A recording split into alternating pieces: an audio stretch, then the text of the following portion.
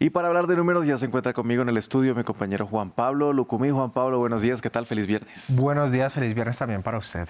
Juan Pablo, vamos a empezar hablando de noticias del viejo continente porque la Unión Europea amenazó con una batería de aranceles a Estados Unidos. El bloque de los 27 países dice que podría aplicar aranceles a los productos estadounidenses que entren a su territorio hasta por un valor de 95.000 millones de euros o unos 100.000 millones de dólares. Un mensaje que llega justo después de que Estados Unidos hubiera alcanzado un acuerdo independiente con Reino Unido, el primero de su tipo desde que inició la guerra arancelaria en abril y que supone el mejor acuerdo para los británicos desde que salieron de la Unión Europea con el Brexit que se oficializó en 2020. Sin embargo, en un comunicado, la presidenta de la Comisión Europea, Ursula von der Leyen, señaló que el bloque sigue plenamente comprometido en hallar resultados negociados con Estados Unidos, así dice el texto, pero que si no se llega a un acuerdo ya están preparados y pueden avanzar con denuncias contra Washington ante la Organización Mundial del Comercio. Pero si no se logran poner de acuerdo con los aranceles de la Unión Europea, apuntarían específicamente a automóviles y aviones, pero también tiene en la mira productos agrícolas como carne y pescado y bebidas alcohólicas como el vino, la cerveza y el whisky estadounidense, al que ya habían sacado de su radar y ahora vuelve a amenazar con agravarlo, que en respuesta en ese momento Trump amenazó también con un 200% para el vino europeo. Le pedimos a nuestra corresponsal Esther Herrera que nos profundizara sobre este tema y nos envió el siguiente informe desde el corazón de la Unión Europea.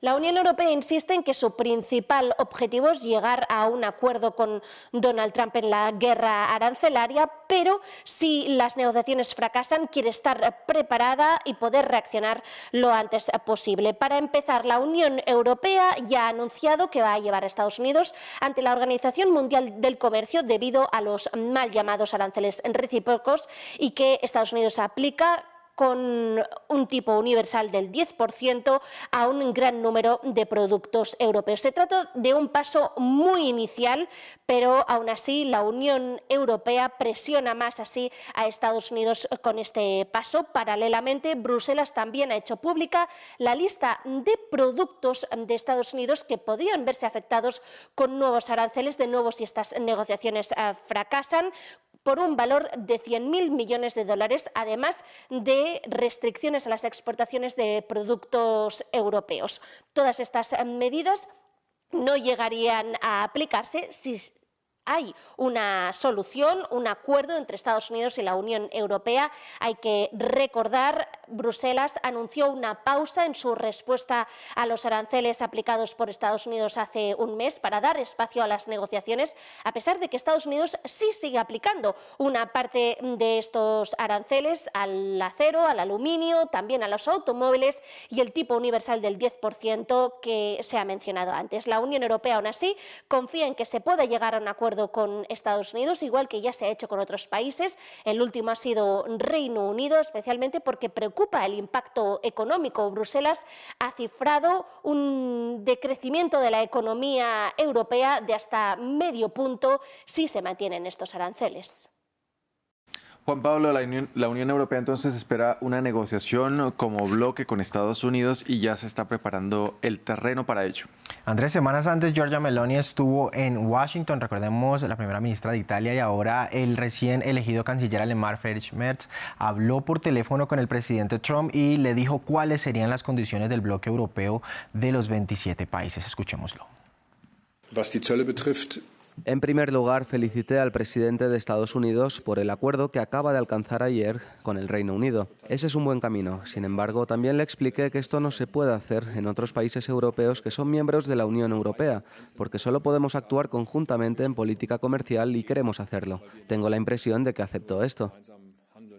Le dije que desde mi punto de vista no es una buena idea intensificar esta disputa arancelaria. La mejor solución sería reducir a cero todo y a todos. Me invitó a Washington y hablaremos sobre este tema próximamente.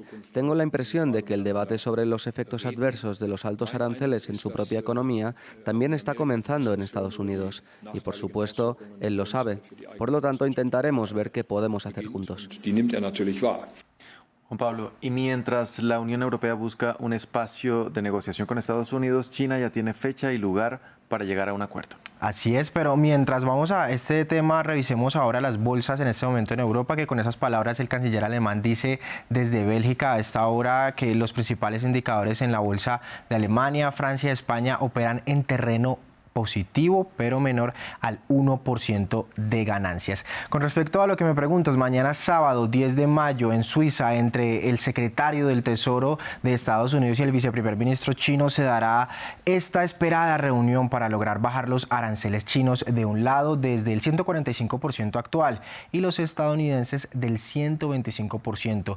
Mientras esta reunión llega, hoy Trump dijo en redes sociales que a China le conviene tener un mercado abierto con Estados Unidos y además ya dio una cifra para los aranceles chinos, asegurando que podría bajarlos del 145% actual al 80%, como lo vemos, como escribió también en Truth Social. Pero finalmente se sabrá esto después de las conversaciones de mañana. Entre tanto, las exportaciones de China se expandieron un 7,5%, eso es casi un cuádruple de lo esperado, a pesar de las dirigidas a los Estados Unidos, que estas cayeron un 17%, lo que muestra que Beijing ha logrado llegar a más mercados o a otros emergentes justo en la víspera de las negociaciones. Sobre este tema, el Ministerio de Comercio se pronunció.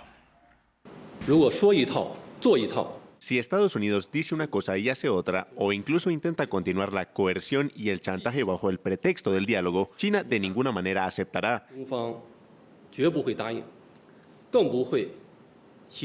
Y mucho menos sacrificará los principios y posiciones y la equidad y la justicia internacional para buscar un acuerdo. Y a un día de las negociaciones entre las dos principales potencias económicas del mundo, el premercado de Wall Street se queda en terreno positivo, animados por el avance de acuerdo de los aranceles 0,2, 0,3 y 0,4% para los tres principales indicadores de la Bolsa de Nueva York, que está a unos 5 minutos de abrir. Bien, Juan Pablo, y en nuestra región se conocieron los datos de inflación de Colombia y Chile.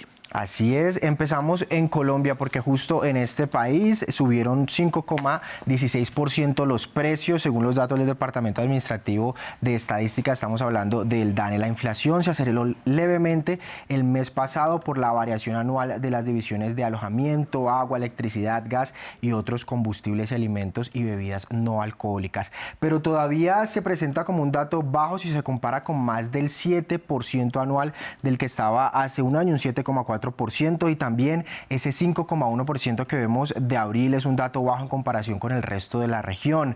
Más al sur, en Chile, la inflación en abril fue de 4,5% en comparación con ese mismo mes del año pasado. Esto es un nivel 4 décimas abajo de lo que se reportó en marzo y también va en sintonía con las expectativas del mercado. Como vemos, pues que ha estado muy variada la inflación, aunque en la mayoría de ocasiones ha estado en torno al 4%. El dato fue impulsado, hay que decirlo, por el aumento de los precios de la vivienda y los servicios básicos, así como en bienes y servicios diversos, según informó el Instituto Nacional de Estadísticas de este país. Bien, Juan Pablo, muchas gracias entonces por las noticias de la economía. Después estaremos aquí con mucho más. Feliz fin de semana. Así es, feliz fin de semana también. Y ustedes, televidentes, gracias por sintonizarnos. Vamos a hacer una breve pausa y ya regresamos con más.